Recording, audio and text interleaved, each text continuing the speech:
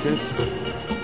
Y hoy, lamentablemente, por lo menos para mí, terminamos este ciclo de conferencias, pero el año que viene parece que me invitan a dar otro, con lo cual también los espero.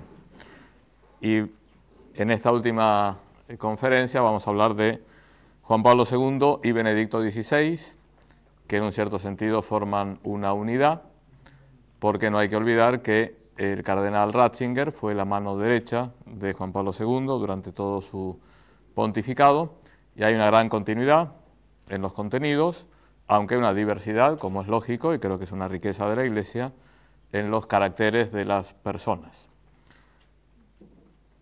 La última vez hablamos del pontificado de Pablo VI, un pontificado muy difícil, muy duro. Pablo VI, que repito lo que decía el mes pasado, terminó lleno de dolor su corazón por la crisis que veía en la Iglesia después del Concilio Vaticano II, un dolor que supo sobrenaturalizar y por eso está en proceso de beatificación. Le sucede Juan Pablo I, 33 días, creo que también fue un pontificado providencial, porque la simple sonrisa de Albino Luciani cambió el ánimo y el ambiente en el interior de la Iglesia. Y después de ese pontificado brevísimo, uno de los más breves de la historia de la Iglesia de estos 2000 años, el 16 de octubre de 1978 es elegido Karol Wojtyła, primer papa no italiano desde el siglo XVI. El último papa no italiano fue Adriano de Utrecht, holandés, y a partir de después de Adriano de Utrecht todos los papas fueron italianos. Es interesante ver cómo a veces los medios de comunicación se equivocan, a veces. Y en concreto, cuando era el cónclave, que iba a elegir después a Juan Pablo II, aquí en Argentina se hablaba mucho que uno de los papables era el cardenal Pironio, y un periodista dijo que era imposible porque no era italiano y tenía 58 años. Y al día siguiente fue elegido un no italiano de 58 años, que era Juan Pablo II. Bien, una edad muy joven, aunque no sé si recuerdan cuando hablamos de Benedicto XV, también había sido elegido con menos de 60 años, no me acuerdo si 58 o 59. El problema es que Benedicto XV murió muy joven. Para entender a Juan Pablo II me parece que es importante recordar algunos elementos de su biografía bastante conocida por todos, y que nos puede dar alguna luz para las líneas de su pontificado. Yo trataré de hablar muy sintéticamente de Juan Pablo II, en primer lugar porque es más conocido, y en segundo lugar porque me interesa mucho subrayar algunas cosas de Benedicto XVI, en particular para el momento cultural que estamos viviendo, y más en concreto para la República Argentina, que de la última conferencia a esta han cambiado algunas cosas, humanamente hablando para peor, pero siempre llenos de esperanza y optimismo sobrenatural. Juan Pablo II nace en 1920 en Cracovia, es decir, Polonia, país clave para entender todo el siglo XX, que es víctima tanto del nazismo como del comunismo, es decir, los totalitarismos de izquierda y de derecha. Juan Pablo II, Karol Wojtyła, vivirá en carne propia estos dos totalitarismos. Sabía mucho de regímenes que no reconocían la dignidad de la persona humana, de ahí que una de las banderas de Juan Pablo II serán los derechos de la persona humana, siempre en clave de antropología cristiana. Era un hombre que estaba abierto a todo lo humano, nada de lo humano me es ajeno, decía Juan Pablo II citando una frase de la cultura clásica. O sea, era un hombre que le interesaba absolutamente todo.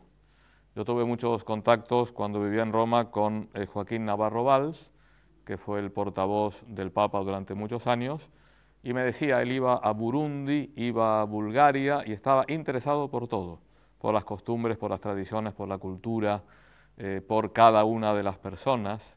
O sea, nada de lo humano me es ajeno, de ahí que estudiara letras, en la Universidad Jagellónica, que es una universidad con mucha tradición en Europa. Ahí fue profesor e investigador nada menos que Copérnico, que se interesara por el teatro, por la poesía, no solo que se interesara, sino que fuera actor de teatro, que fuera autor de muchas obras de literatura, tanto obras de teatro como poesía, que trabajara en una fábrica también para ganarse la vida y por lo tanto tiene un contacto con la realidad del mundo industrial en pleno desarrollo en el siglo XX, no teórico, sino porque realmente trabajó con sus manos. Es decir, es una personalidad muy completa. Y en concreto en sus estudios, en su formación más filosófico-teológica, también es interesantísimo porque si bien estaba formado en la tradición filosófica occidental cristiana, es decir, más en concreto la escuela aristotélico-tomista, o más en particular en el tomismo, en la escuela filosófica inspirada en los principios de Santo Tomás, estaba muy abierto y era un gran conocedor de la filosofía contemporánea. Y en particular, la filosofía de Karol Wojtyła presenta una síntesis entre tradición y modernidad. No una síntesis ecléctica que no esté bien conseguida, sino apoyándose en una base muy sólida de la tradición clásica, ve esos principios a la luz de lo mejor de la filosofía contemporánea. En concreto hay dos escuelas filosóficas, que son la fenomenología y el personalismo, que son profundamente contemporáneas y que Juan Pablo II ha sabido aprovechar. Karol Wojtyła, también después Juan Pablo II, aunque hay que distinguir entre Karol Wojtyła, filósofo, y el Papa Juan Pablo II. Por lo tanto, podemos decir que si Karol Wojtyła no hubiera sido elegido Papa, igual hubiera ocupado un puesto importante en la historia de la filosofía, en la historia de la literatura, en las humanidades. O sea, era una persona verdaderamente excepcional también por los talentos humanos que Dios le dio. Estudió en el seminario clandestino, porque no se podía tener un seminario abierto durante el régimen nazi en Cracovia. Será ordenado sacerdote en 1946, el 1 de noviembre, por el cardenal Sapieha, que será un poco su padre espiritual. Luego será ordenado obispo cuando era muy joven, será primero obispo auxiliar de Cracovia, luego Pablo VI lo nombrará arzobispo de Cracovia y cardenal. Pablo VI tenía una gran admiración por Karol Wojtyła, que había conocido fundamentalmente durante el Concilio Vaticano II. Yo no sé si recuerdan, cuando hablamos del concilio, decíamos que los dos documentos más importantes en lo que se refiere a la relación entre el mundo contemporáneo y la Iglesia eran la Dignitatis Humanae, sobre la libertad religiosa, y la Constitución Gaudium et Spes. Serán estos los dos documentos en los que Karol Wojtyła, como obispo, participará con más intensidad. Y tanto era el aprecio que tenía Pablo VI por Karol Wojtyła que lo invita a predicar el curso de retiro del Papa. Cosa que hace en los primeros años 70, no me acuerdo qué año en concreto. Luego el curso de retiro será publicado, todas las meditaciones, en un librito que se llama Signo de Contradicción, que es un libro muy interesante para leer, es decir, son las meditaciones de Karol Wojtyła a Pablo VI y a toda la curia romana. Tuvo muchísima actividad pastoral y muchísima actividad académica, es decir, supo conjugar ser párroco, ser obispo auxiliar, ser arzobispo, ser cardenal, con su cátedra de ética en la Universidad Católica de Lublin, no de Dublín, Irlanda, sino de Lublin, Polonia, que fue la única universidad católica que hubo detrás de la cortina de hierro durante el régimen marxista. Tiene dos libros fundamentales. Uno es Amor y Responsabilidad, porque en el trato que tenía con los universitarios, no solo el dar las clases, sino la dirección espiritual, el apostolado que hacía con sus alumnos, se daba cuenta que a los alumnos no le interesaba tanto cosas teóricas, sino cómo vivir bien, cómo llevar bien la propia vida.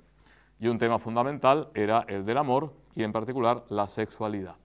De paso hago propaganda para el próximo curso que va a haber aquí, que es muy importante. Entonces son las reflexiones que hace Juan Pablo II, basado en la filosofía atomista, con muchos elementos del personalismo y de la fenomenología, pero enriquecido con la experiencia del trato personal con los distintos universitarios.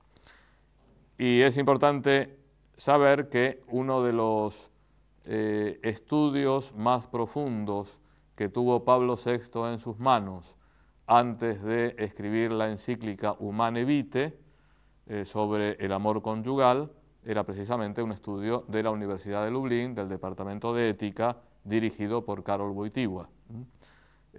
Y creo que fue uno de los elementos claves para que Pablo VI se decidiera a escribir esta encíclica tan clara contra el parecer mayoritario de una comisión de teólogos que era más posibilista sobre los anticonceptivos. Gracias a Dios y al Espíritu Santo, Pablo VI tuvo la fortaleza de declarar con toda claridad la doctrina de la Iglesia, y creo que en parte se lo debemos también al estudio de Karol Wojtyła. Bien, con lo cual, cuando llega al trono de Pedro, el 16 de octubre de 1978, es un hombre con una grandísima experiencia humana, con una gran fuerza sobrenatural, un hombre muy piadoso, muy devoto de la Virgen, como buen católico y sobre todo como también buen polaco, cosa que establece en su lema episcopal y después pontificio, totus tuus, soy todo tuyo, refiriéndose a la Virgen. El escudo del Papa, lo recordaremos todos, desde un punto de vista heráldico o artístico, quizá no es una obra de arte, pero desde el punto de vista teológico y de amor al Señor y a la Virgen es una maravilla, es muy simbólico. Es una cruz y abajo la M de María, la Virgen junto a la cruz. Juan Pablo II, que desde el principio de su pontificado dice que quiere llevar a cabo el Concilio Vaticano II, siguiendo en esto a Pablo VI y a Juan XXIII, que fue quien convoca el concilio, y por eso también decide mantener esa unión de Juan y Pablo en el nombre, siguiendo a Albino Luciani. Son 27 años de pontificado, el segundo pontificado más largo de la historia, después del de Pío IX, y creo que se podía hablar de 3 períodos. 27 años son muchos para un papa. 3 períodos, no tanto por lo que se refiere al pontificado en sí mismo, sino a su relación con el mundo contemporáneo, que no lo olvidemos, es el gran tema del curso, la Iglesia y el mundo contemporáneo, no la vida de la Iglesia en su interior, sino en su relación con el mundo contemporáneo.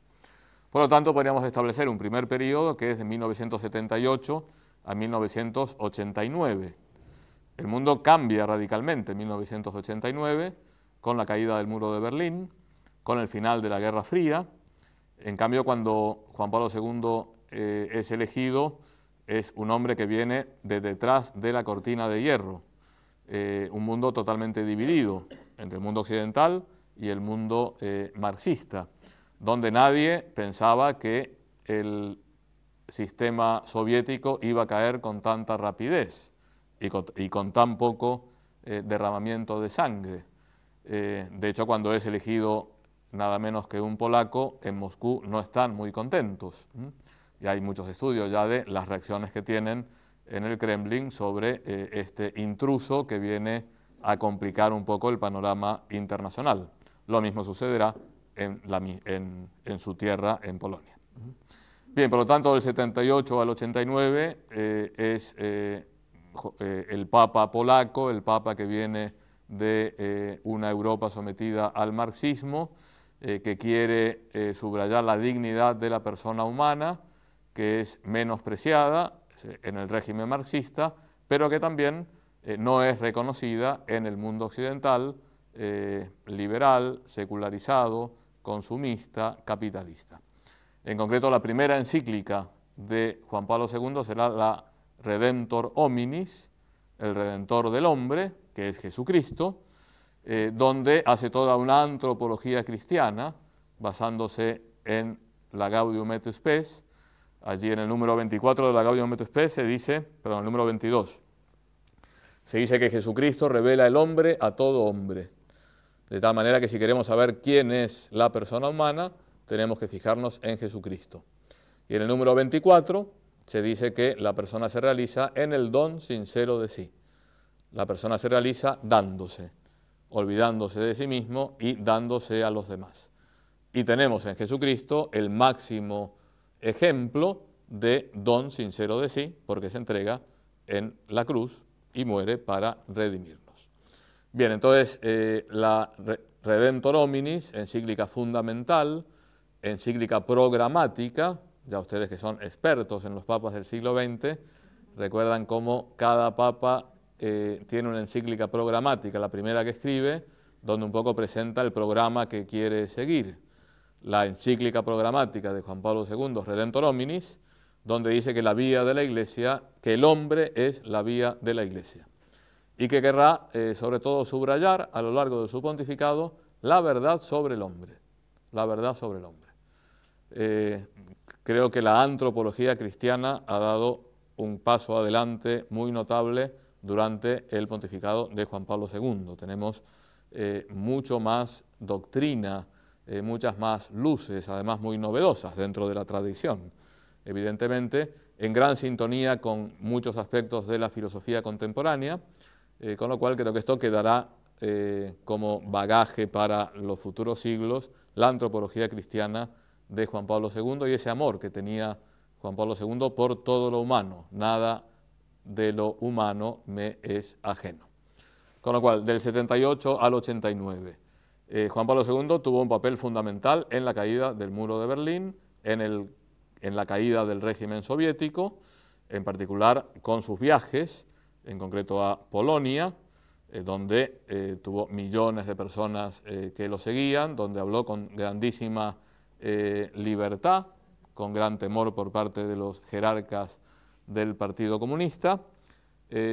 Por lo que he leído, creo que el general Jaruzelski, que era quien gobernaba Polonia en ese momento, se portó bastante bien y era un hombre de conciencia recta y que se daba cuenta de la situación, y creo que con algunas de las medidas que tomó, que en ese momento podían parecer un poco duras, evitó derramamiento de sangre y que la transición fuera pacífica.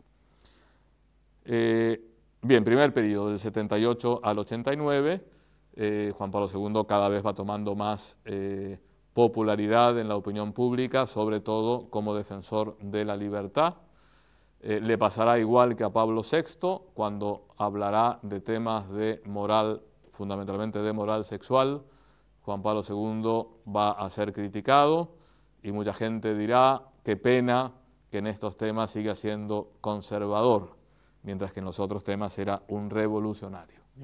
Cada uno siempre escoge lo que le viene mejor, y entonces cuando hay verdades exigentes, muchas veces a la gente no termina de gustarle, no termina de gustarnos, y por lo tanto nos encanta solidaridad, y cuando está en Sicilia y dice a los mafiosos que se tienen que arrepentir, etcétera, pero cuando habla de que hay que vivir la pureza, la castidad, que no hay que caer en el consumismo, en el hedonismo, etcétera, ya la cosa se pone un poquito más complicada.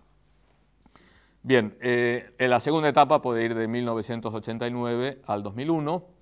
En 1989, los primeros años 90, hay un gran entusiasmo en general, hay muchas esperanzas humanas, que todo cambiaría.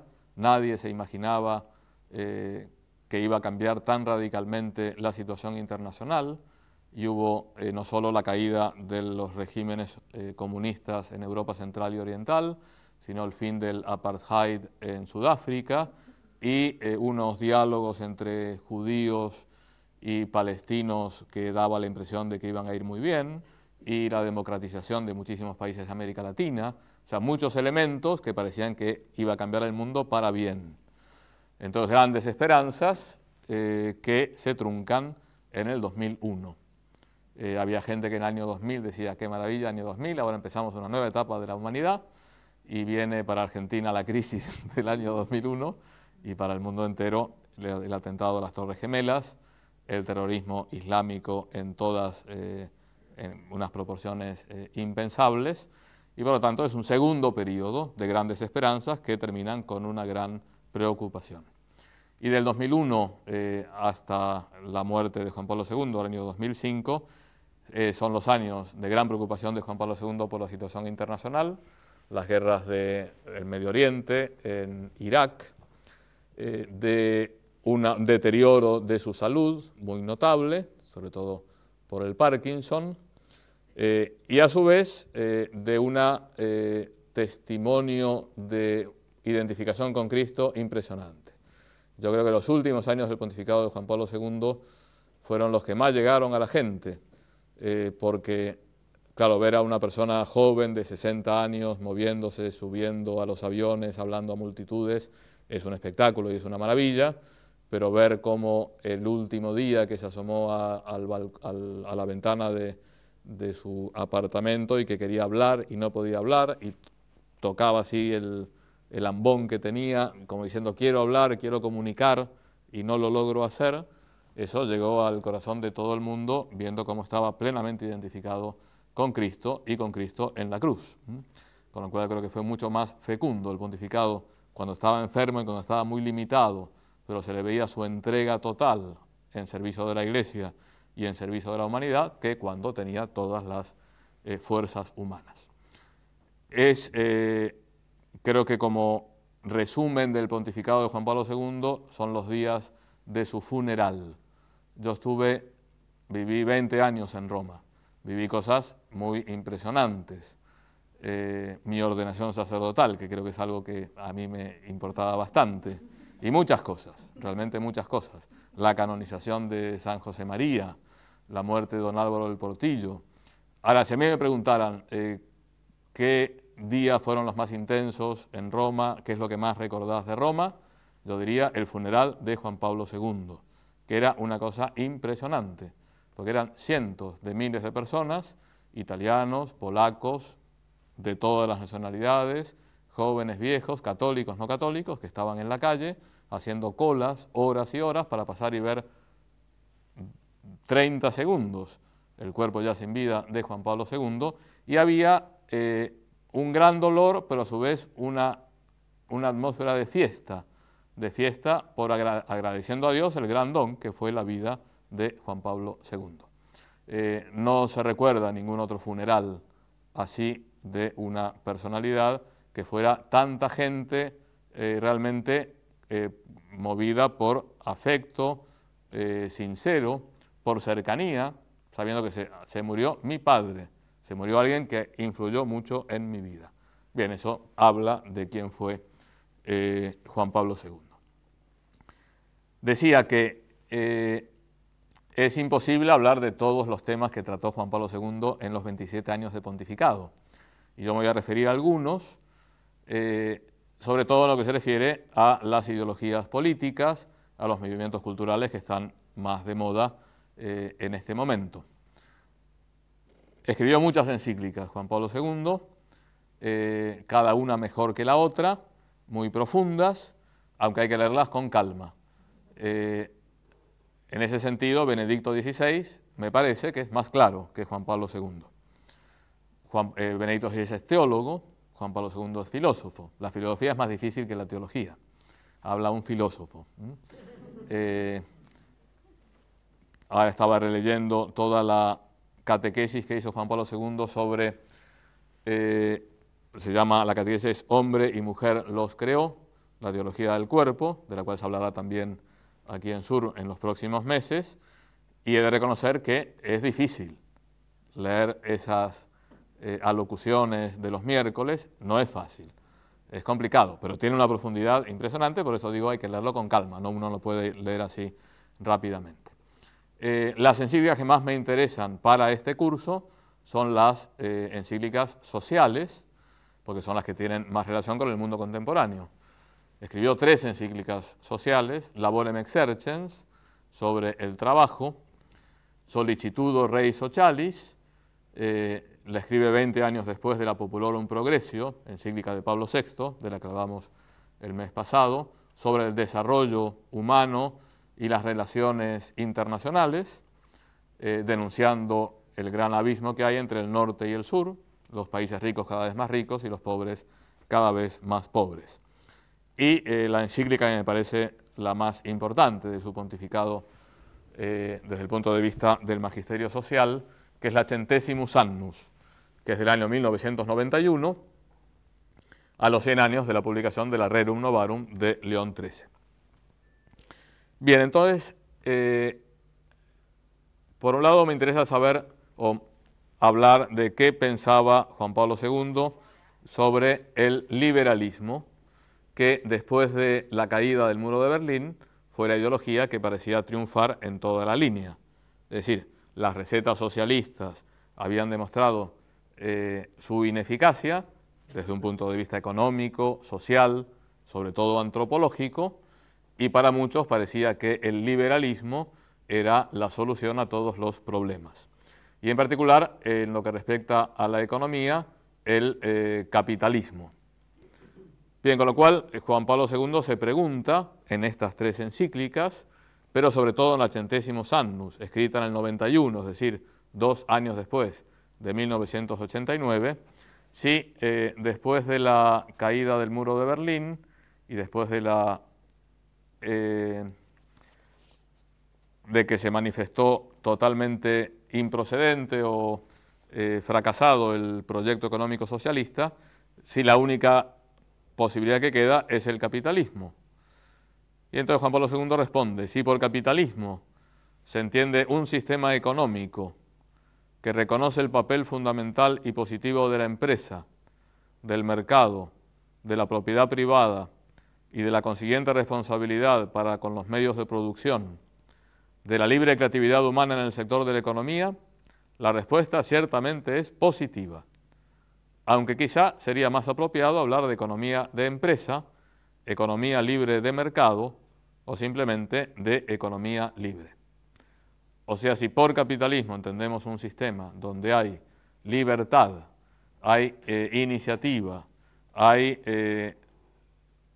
defensa de la propiedad privada, siempre entendida en un contexto de preocupación social, entonces no hay ningún problema.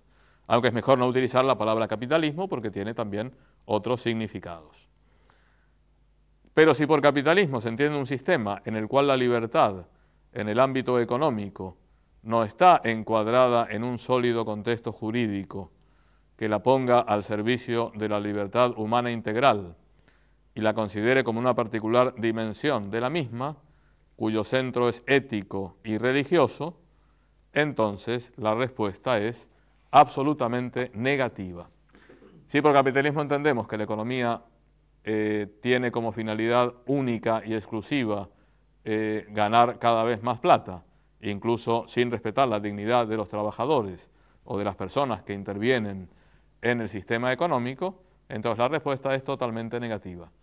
Al sistema marxista, estatista, dirigista que ha fracasado, no podemos sustituirlo por un sistema economicista que lo único que ve es el provecho económico como fin de la economía, cuando la economía tiene que ponerse al servicio de la persona humana.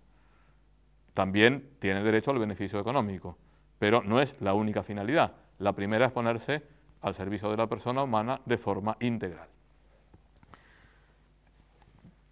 El régimen soviético también cayó por una serie de fallos políticos, es decir, el régimen político que cercenaba todo tipo de libertades demostró también su fracaso más total. En la Centesimus Annus, Juan Pablo II hace un análisis de la democracia liberal, que es la democracia que tenemos en el mundo occidental, fundamentada en una serie de instituciones, como es por ejemplo la separación de poderes, la representatividad política, las elecciones periódicas, y se pregunta si es el mejor régimen o si hay alguna dificultad entre doctrina cristiana y la democracia liberal. Dirá Juan Pablo II que todas estas instituciones de la democracia liberal manifiestan que hay una conciencia de la dignidad de la persona humana, por lo menos tácita.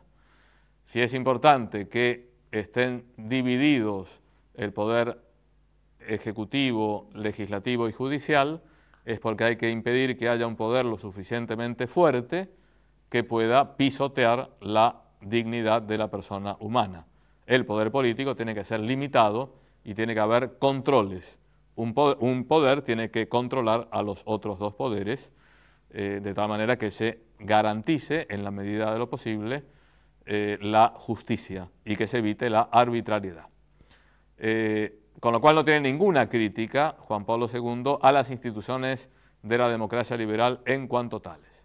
Sin embargo, y es el llamado de atención que hace Juan Pablo II en la Centesimus Annus y que hoy día en la República Argentina cobra una gran actualidad, dice: el gran peligro de la democracia liberal no es la democracia liberal en sí misma, sino la de considerar que el aliado de la democracia liberal es el relativismo, es el escepticismo, es una corriente filosófica que afirma que no hay ninguna verdad objetiva, porque entonces la democracia liberal puede transformarse en una dictadura, lo que Benedicto XVI ha llamado la dictadura del relativismo. Dice en concreto Juan Pablo II en un punto que es el número 46 de la Centesimus Annus, que les recomiendo vivamente releer y meditar en estos días. Dice: hoy se tiende a pensar que el agnosticismo y el relativismo escéptico son la filosofía y la actitud fundamental correspondientes a las formas políticas democráticas, y que cuantos están convencidos de conocer la verdad y se adhieren a ella con firmeza, no son fiables desde un punto de vista democrático, al no aceptar que la verdad sea determinada por la mayoría o que sea variable según los diversos equilibrios políticos. Hemos visto en el lamentable debate que ha habido en el Senado la semana pasada, una senadora que defiende una serie de valores, incluso habla de objeción de conciencia si llegara a salir la ley, y esta senadora es acusada de nazi porque defiende unas verdades objetivas. Es lo que dice Juan Pablo II. Hay algunas personas que consideran que quienes tienen valores o quienes sostienen que hay valores objetivos, que no todo da igual, que no todo es lo mismo, son acusados de ser un peligro para la vida democrática. Todo esto que yo lo fui estudiando en los últimos años, veo que es súper actual, lamentablemente. Yo antes hablaba del matrimonio gay como una posibilidad totalmente teórica, lo que se daba en los países decadentes de Europa. Bueno, ahora es distinto. A este propósito hay que observar que si no existe una verdad última, la cual guía y orienta la acción política, entonces las ideas y las convicciones humanas pueden ser instrumentalizadas fácilmente para fines de poder. Una democracia sin valores se convierte con facilidad en un totalitarismo visible o encubierto, como demuestra la historia. Demuestra la historia con el régimen nazi, que era desde un punto de vista formal democrático porque los nazis subieron con elecciones y tuvieron la mayoría parlamentaria, y lo demuestra lamentablemente la semana pasada el voto en el Senado, hoy promulgado esa ley o antiley por la Presidenta de la República. Bien, entonces, ninguna crítica de Juan Pablo II ni a la economía libre de mercado ni a la democracia liberal. Simplemente, ojo, la economía libre de mercado tiene que enmarcarse en un contexto moral y la democracia liberal tiene que tener una base sólida de valores, porque una democracia sin valores, una alianza entre democracia y relativismo, llevaría a un totalitarismo o a una dictadura de los más fuertes. Bien, esto por lo que se refiere a Juan Pablo II y el liberalismo. Hay otra ideología que está muy en boga quizá no tanto aquí en Argentina, sí en otros países de América Latina y otros continentes, que es el nacionalismo.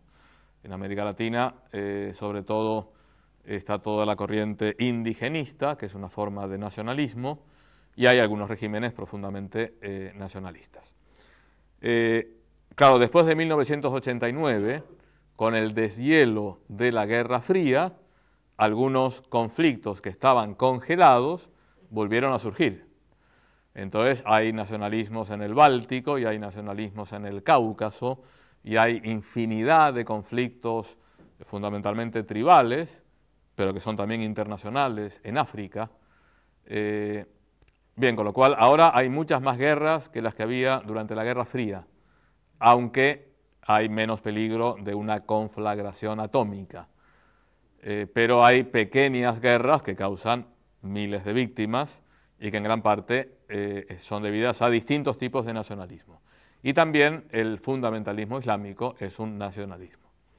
Bien, entonces Juan Pablo II en 1995, en concreto el 15 de octubre de 1995, se presenta ante las Naciones Unidas. Era la segunda vez que iba. La primera vez que fue un papa a las Naciones Unidas fue Pablo VI, donde habló mucho, quizá el resumen del discurso de Pablo VI es «La paz es posible», y él se presentó como un mensajero de paz y como experto en humanidad. Es la primera vez que un papa se llama a sí mismo experto en humanidad, no por él, Gian Battista Montini, sino experto en humanidad por el Romano Pontífice, que es el vicario de Cristo que manifiesta el hombre a todo hombre.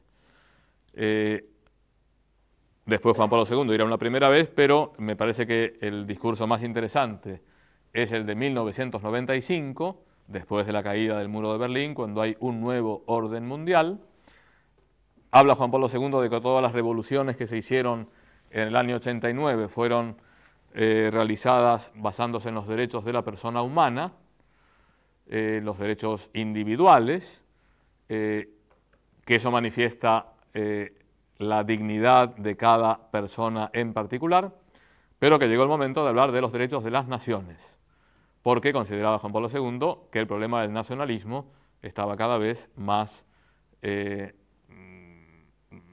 primera línea. Y entonces ahí hace todo un estudio antropológico que también es fantástico, es maravilloso, donde dice que hay una tensión antropológica en cada uno de nosotros, en la persona humana, entre lo particular y lo universal.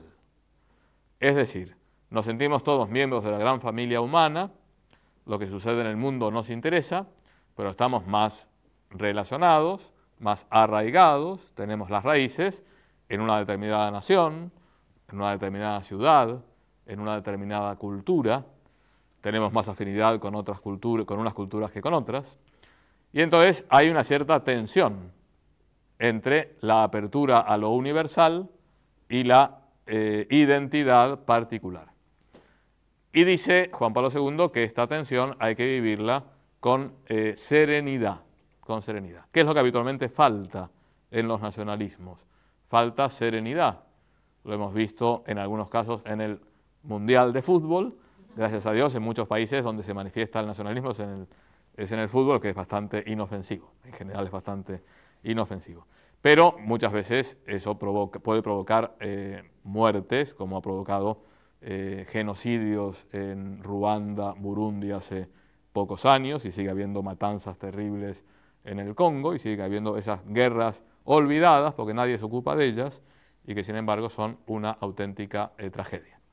Bien, por lo tanto, Juan Pablo II lo que quiere es subrayar que es tan importante el estar identificado con las propias raíces y estar orgulloso de las propias raíces y de la propia cultura, y a su vez la necesidad de que toda cultura se abra a lo universal, porque una cultura que se cierra en sí misma es una cultura destinada a morir. Bien, con lo cual, ¿qué dice Juan Pablo II del nacionalismo? Considera una ideología nefasta, en cambio considera muy positivo el patriotismo, el amor a la propia patria. Juan Pablo II era un patriota polaco muy profundo.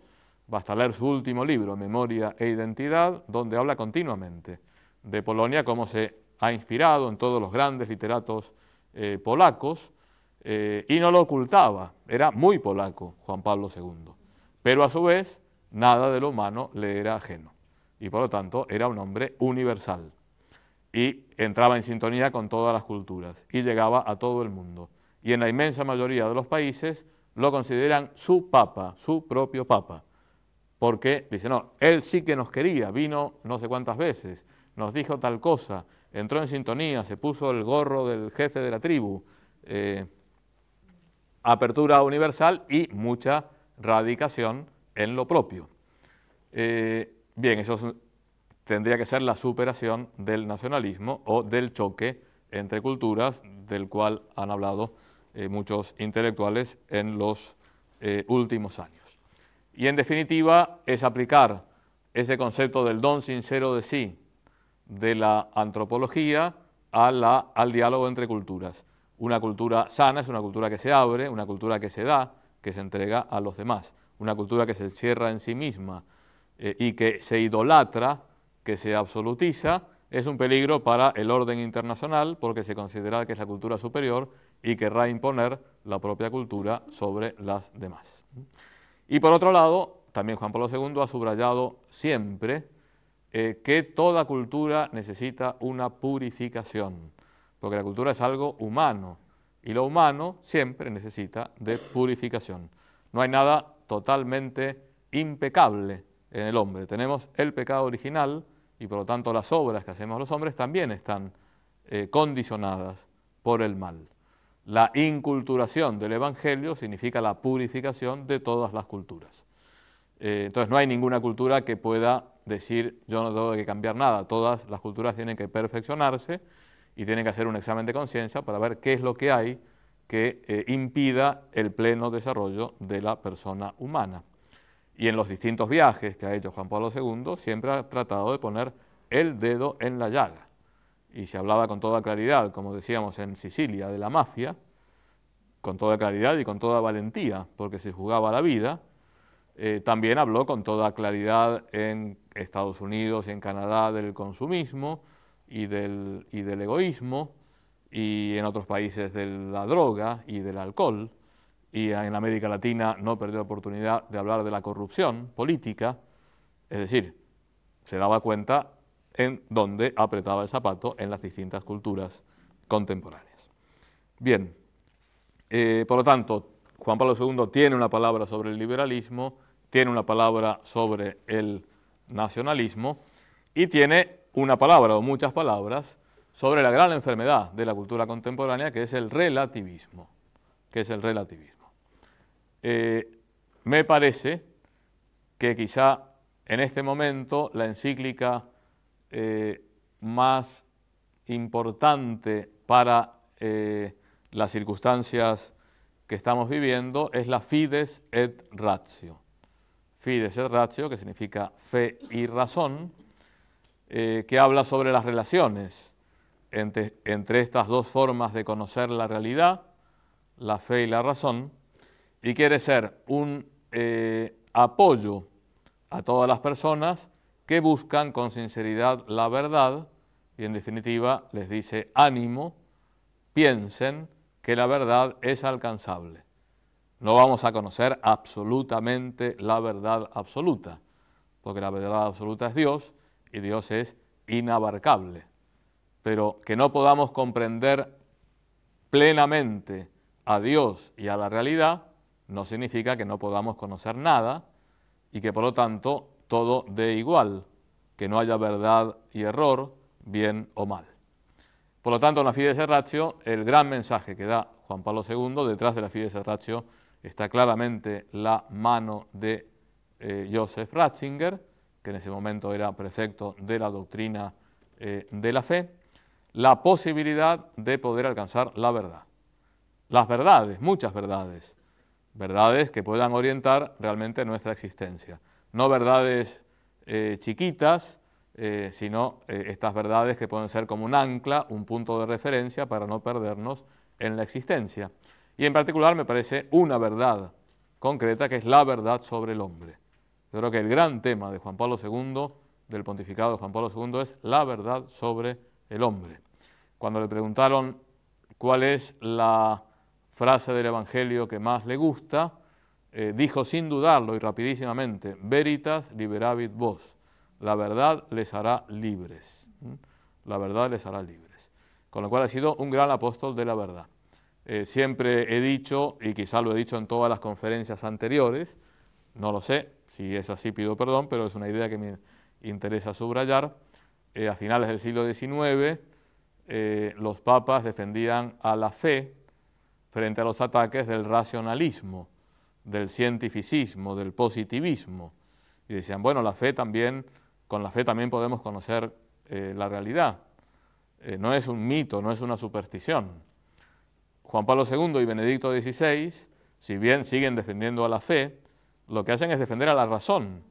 Y dice, ánimo, piensen, animate a pensar, como es el título de estas clases magistrales, piensen que podemos llegar a conocer la verdad. Entonces, frente a todos los temas polémicos que están en la opinión pública en estos días, no hay simplemente opiniones, puntos de vista, sino que hay posiciones que son verdaderas y hay posiciones que las personas son perfectamente respetables, pero muchas de las opiniones no tienen ningún fundamento, ningún sustento. El otro día el arzobispo de La Plata comentó que una diputada, creo que era una diputada, no sé, dijo, todas las personas somos libres y tenemos derecho a la felicidad. Por lo tanto, si a mí me hace feliz casarme con mi perro, nadie puede impedirlo. Entonces, esa señora tiene todo nuestro respeto, porque es persona humana y merece todo nuestro respeto. Y hay que dar la vida para defender a esa persona en todas sus cualidades. Ahora, en la opinión tiene un fundamento bastante endeble. Hay otras opiniones que quizás son más verdaderas que esta. Y es lo que nos enseña Juan Pablo II, que hay que seguir buscando la verdad, que hay cosas que ya conocemos, que son verdaderas en sí mismas, que hay un orden moral objetivo con el cual todos podemos dialogar con mutuo respeto y que para el futuro de la humanidad es fundamental salvaguardar esa verdad sobre el hombre. Podemos dejar acá. Ha sido un resumen brevísimo de Juan Pablo II, 27 años de pontificado, un pontificado que cambió la historia de la Iglesia y de la humanidad, pero bueno, yo quise subrayar algunos puntos que me parecían cruciales para este diálogo entre la Iglesia y el mundo contemporáneo, y después de unos 10 minutos entraremos en la plena continuidad de Juan Pablo II, que es Benedicto XVI, y en particular sobre un concepto que es el concepto de sana laicidad.